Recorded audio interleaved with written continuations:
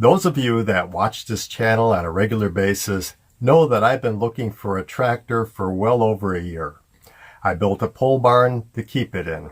I've watched dozens of videos to teach myself about the features and benefits of different brands. I've interviewed some of the top dealers in the country, including Neil Messig, Doug Varenberg, and Mike Schramke.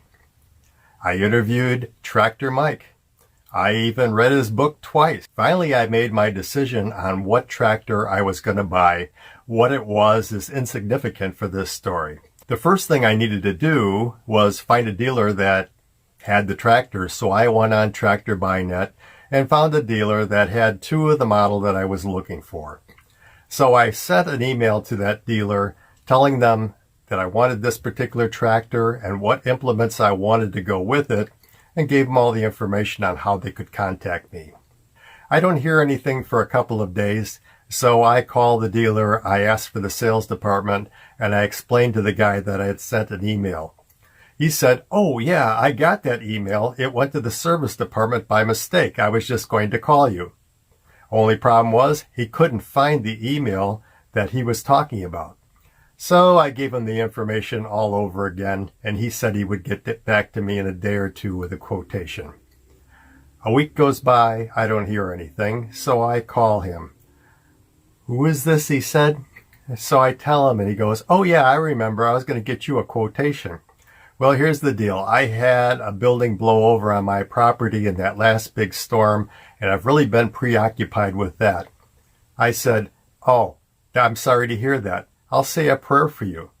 I figured, what the heck? How much longer can it take to say a prayer when I'm already praying for a tractor quote? Sure enough, a couple of days later, I did get a quote in the mail from him.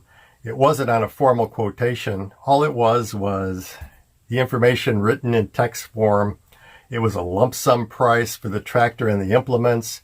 There were no catalog numbers at all as to what the implements were, and no individual pricing.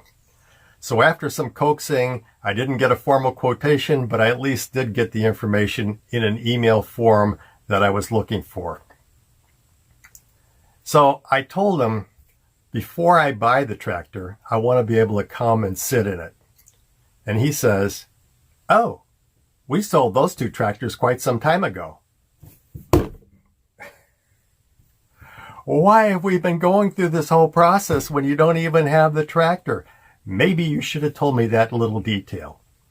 So he says, "I've got a tractor coming in next week that's just like it, but it's already been sold to somebody else. But when it comes in, I'll give you a call. You can come by and sit in it." I said, fine. Week goes by. I don't hear anything from the guy. So I call him up and he says, "Who is this?" And I tell him and he goes, "Oh, that tractor went out days ago. The guy's already picked it up." So he says, "Let me see when we're going to be getting one of those tractors in." And he goes all the way up to September 15th and says, "We're not going to have one." Then he says, "Let me look and see if there's any other dealers that have one." And sure enough, he found a dealer that had the tractor I was looking for. And he goes, "Listen, why don't you go by and see the tractor at that dealer? And if you like it, you can buy it from that dealer, or you can buy it from me." Like that's going to happen. So as soon as I hang up with him, I call the other dealer and tell him all the things that I need in terms of the features of that particular tractor and what implements I had a need for. And he says, "Come on over. I've got it. You can check it out." So Karen and I, we jump in the car and we fly over to that place a couple hours away. Sure enough, he's got the tractor. I sit in it. I take a look and I see that the loader's got a pin-on bucket. And I said, "Well, this isn't what I asked for." And he says, "Well, we just got a loader in that's got a quick disconnect. I could switch that out and there'll be no problem at all." So I said, fine. So we go into his office to start talking about price. And I ask him, "Do you fill the tires?" And he goes, "What?" I said, "Do you put ballast in the tires?" And he goes, "Well, we don't normally do that on a tractor that size." I go, "Well, if you did it, would you charge me something extra?" And he said yes. Then as we're going through this whole process, I tell him that I need a third function valve mounted on the loader. And he says, "Well, what do you need that for?" And I said, well, someday I'm going to have a grapple and I want the convenience of already having it installed. He says, well, I think we sold one of those once, but I don't know what the price was for it. I'm going to have to check with my boss and I'll give you a call tomorrow. And I said, well, why don't you tell me how far you've gotten on price so far?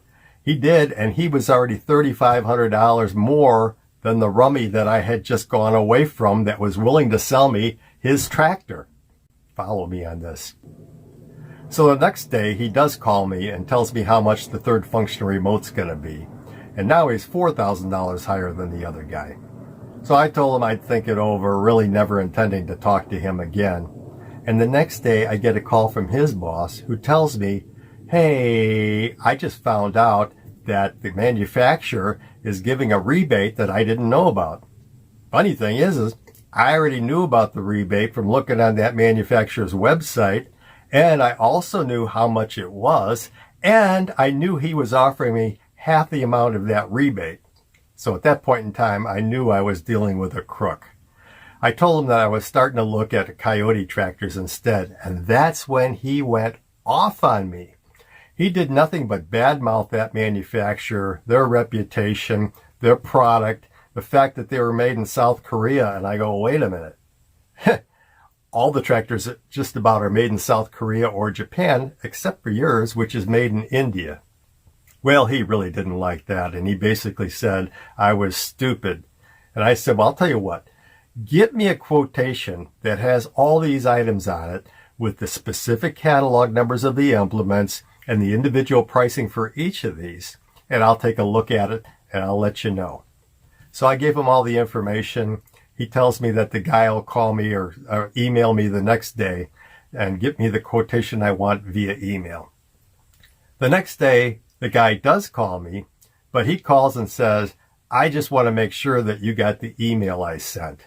And that's when I thought to myself, I'm done with these guys. It's time for me to look at a Coyote. If they're going to badmouth it that much, there's got to be something about it that's pretty good.